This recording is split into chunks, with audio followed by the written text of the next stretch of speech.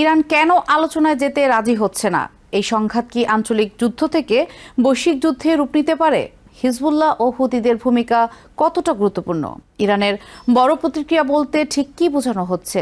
এই সংঘাতে সাধারণ মানুষের উপর কি প্রভাব পড়ছে?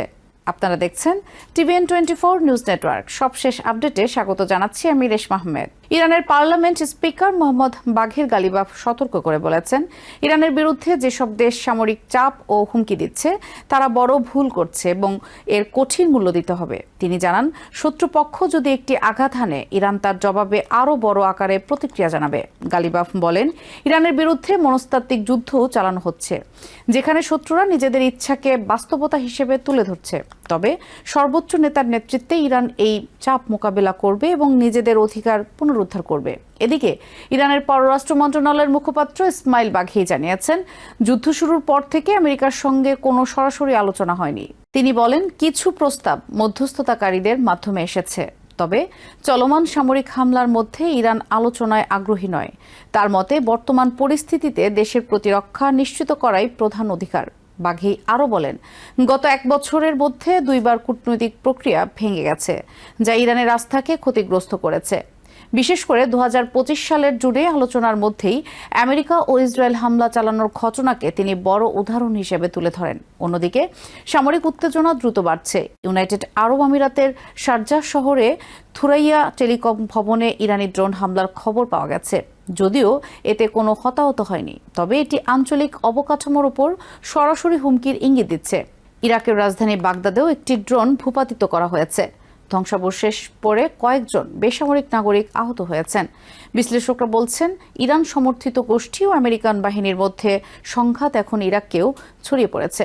লেবাননে হিজবুল্লাহর সঙ্গে ইসরায়েলের সংঘর্ষ আরও তীব্র হয়েছে। হিজবুল্লাহ দাবি করেছে, তারা উত্তর ইসরায়েলের একটি সামরিক ঘাঁটি এবং দক্ষিণ লেবাননে ইসরায়েলি সেনাদের ওপর একাধিক ড্রোন ও রকেট হামলা চালিয়েছে। এর জবাবে ইসরায়েলও লেবাননে ব্যাপক বিমান হামলা চালাচ্ছে। এদিকে ইউনাইটেড আরব আমিরাত জানিয়েছে, তারা ইরান থেকে আসা মিসাইল ও ড্রোন প্রতিহত করতে প্রতিরক্ষা ব্যবস্থা সক্রিয় করেছে। নিরাপত্তা পরিস্থিতির কারণে দেশটিতে শিক্ষা প্রতিষ্ঠানগুলোতে অন্তত মধ্য এপ্রিল পর্যন্ত অনলাইন ক্লাস চালু রাখা হয়েছে। আন্তর্জাতিক অঙ্গনেও উত্তেজনা বাড়ছে। জাতিসংঘ ইসরায়েলের একটি নতুন মৃত্যুদণ্ড আইন নিয়ে উদ্বেগ প্রকাশ করেছে এবং এটিকে বৈষম্যমূলক বলে উল্লেখ করেছে। সংস্থাটি বলছে, এই আইন আন্তর্জাতিক মানবাধিকার আইনের সঙ্গে সংঘর্ষী। অর্থনৈতিক প্রভাবও স্পষ্ট হয়ে উঠেছে।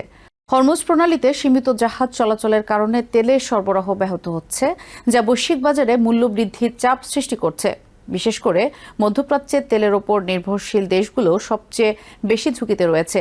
বিশ্লেষকরা সতর্ক করছেন, সংঘাত যদি আরও বিস্তৃত হয়, বিশেষ করে ইয়েমেনের হুতি গোষ্ঠী পুরোপুরি যুদ্ধে জড়িয়ে পড়লে, তাহলে লোহিত সাগর ও বাব এল মান্দেব প্রণালীতেও জাহাজ চলাচল বাধাগ্রস্ত হতে পারে। এতে বৈশ্বিক জ্বালানি সরবরাহ বড় সংকটে পড়তে পারে।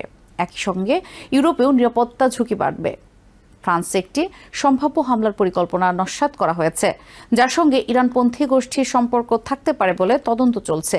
সার্বিকভাবে যুদ্ধ এখন শুধু ইরান, ইসরায়েল বা আমেরিকার মধ্যে সীমাবদ্ধ নেই, বরং এটি পুরো মধ্যপ্রাচ্য জুড়ে একটি বিস্তৃত সংঘাতে রূপ নিচ্ছে, যার প্রভাব বৈশ্বিক নিরাপত্তা ও অর্থনীতিতে গভীরভাবে পড়েছে।